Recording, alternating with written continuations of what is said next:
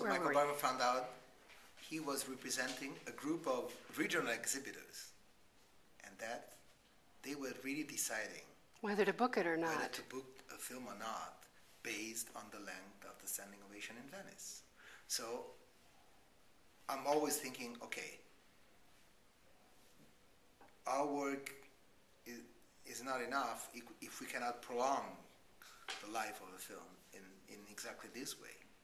So you have some major premieres here, world premieres. You have The Tempest, and you have Black Swan, and Somewhere, and Meek's Cutoff. What about, and I'm Still Here. And The Town. And The Town. So what about the not showing up of Joaquin Phoenix? What did you expect him to be there? He was there. In where was he? In the theater. Not in the front row sitting with his Not in director. Front row. He was sitting third row on the left. And did he walk the red carpet? Did he do the press? No. I mean, well, it was the same with Vinnie Gallo, and that did not prevent the film from being a huge success with the audience. It was, no question. I went to that at screening, and it played. I like to go to the public screenings and see how it plays, because it's not the same as the press. No. Especially in Italy.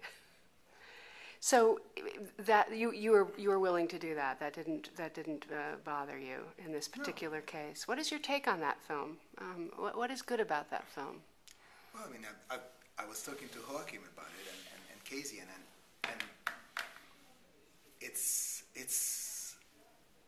it's a film which is always waltzing on a very precise balance between a great performance and something so true, so spontaneous that would really convey a sense of despair, the sense of despair that corresponds to the time we are living in. I mean, in a way, it's really a film that corresponds to the spirit of our time.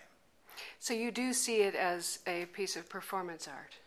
As a piece of performance, yeah. I mean, I was reading the reviews. It's so interesting the way that Casey's trying to play it as if, oh, this is just a documentary. I mean, it's not. No. But it's really waltzing. It's like he's putting his foot down on the non-fiction side every now and then, but otherwise he's very soundly, grounded on the recreation side. So I understand he's thin and beardless. No, he's thin, but yes, he's thin and beardless, absolutely. Okay, and how does he seem? He seemed crazy enough to accept the challenge, and he seemed totally relaxed about having lived out of that amazing performance. Wow. And what are some of your highlights? What the things you're proud of this year? Well, probably, the fact that we did prove that a passage through Venice is necessary to create the very special visibility that a film needs. And that could be said for a lot of very different films. From major, the Asian blockbusters you were quoting, to very special films for which the full originality of the artistic endeavor had to be appreciated. Meek's Cutoff would be a very good example because, again, in that sense, it's not just festive manufacturing; it's curating. So you have to decide, okay, this film has to play on a Sunday because we want to prove that there is a very mixed, that very mixed groups of audience can go and enjoy the film. And you have a very artistic, very spare, very austere, very formal film, as well as a major movie star walking the red carpet, Absolutely. Which works out very nicely for you. Yeah, and the other thing is that we do belong to a gigantic permanent workshop called La Biennale that existed before the festival and therefore has left its mark on how the mostra had been conceived from the very beginning. And that is why, to be true to our nature of, when the Venice Film Festival was born in 1932, it was called, in international film art exhibition. So, well, we must retain some of that heritage, and that's why we have revamped completely Horizonti, and it's a line of programming. And I think, and everybody, again, even all those sidebar screenings have been very well attended, but have been very successful for the people who make that special brand of, who belong to that special brand of filmmaking. What are some of the breakout successes with the audiences here and the critics from your point of view? Well, I mean, like you do, I can only read the I know. dailies.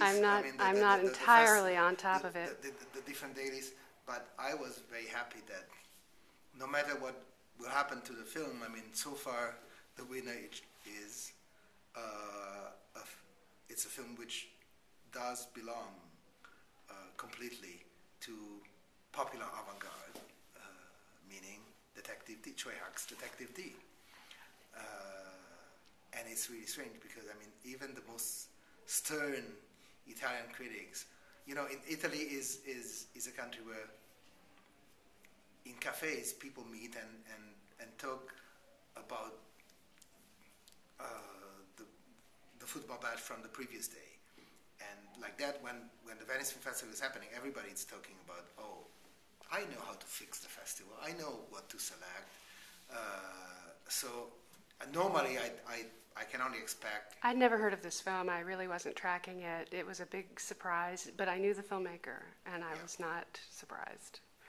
And it's fantastic, you know, the whole idea that, okay, we approve that some Asian filmmakers can turn, you know, entertainment on its head, and so that it will come alive again, and it'll be kicking and screaming and waking up, you know, and waking up the dormant child who wants to be amazed by a phantasmagory.